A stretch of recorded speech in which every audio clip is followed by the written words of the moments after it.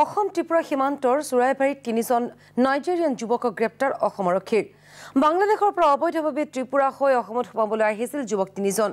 নৈশ বাছেৰে ধৰ্মনগৰৰ পৰা গুৱাহাটীলৈ আহি থাকোঁতে চুৰাইবাৰী আৰক্ষীয়ে তিনিওজনকে গ্ৰেপ্তাৰ কৰে। আৰু তেওঁলোকৰ পৰা ভাৰতীয়, আমেৰিকান আৰু নাইজেৰিয়ান টকাৰ লগতে 3টা মোবাইল ফোন জব্দ কৰে আৰক্ষীয়ে। উল্লেখযোগ্য যে অসম ত্ৰিপুৰা সীমান্তৰ চুৰাইবাৰীত ইতিমধ্যে 100ৰ অধিক নাইজেৰিয়ান অনুপ্ৰৱেশকাৰীক আটক কৰিছে আৰক্ষীয়ে।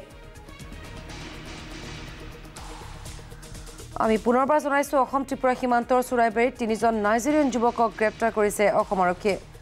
আমি দৃশ্য দেখুৱাইছো আপোনালোকক। আৰু বাংলাদেশৰ পৰা অবৈধভাৱে ত্ৰিপুৰা হৈ অসমত সোমাবলৈ আহিছিল এই যুৱক তিনিজন।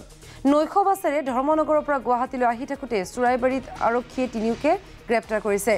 তেওঁলোকৰ পৰা ভাৰতীয়, আমেৰিকান আৰু নাইজেৰিয়ান টকাৰ লগতে 3টা মোবাইল ফোন জব্দ কৰিছে আৰক্ষীয়ে। উল্লেখযোগ্য যে অসম ত্ৰিপুৰা সীমান্তৰ চুৰাইবাৰীত ইতিমধ্যে 100ৰো অধিক নাইজেৰিয়ান অনুপ্ৰৱেশকাৰীক আটক কৰিছে আৰক্ষীয়ে।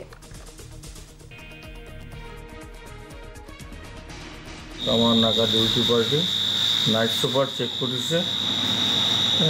এই নাইট সুপারখনত চেক করার টাইমত 3জন নাইজেরিয়ান বাসিন্দা। এজনের নাম কলিন, এজন জাকিম আৰু এজন উজমা। ইহঁতে নাইজেৰিয়াৰ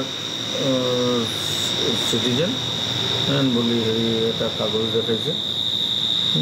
ইহঁতক মানে ধৰা হৈছে আৰু এতিয়া আমি সোধ পোছ কৰি আছোঁ আৰু ইহঁতৰ ওপৰত এটা কেছ লোৱা হ'ব।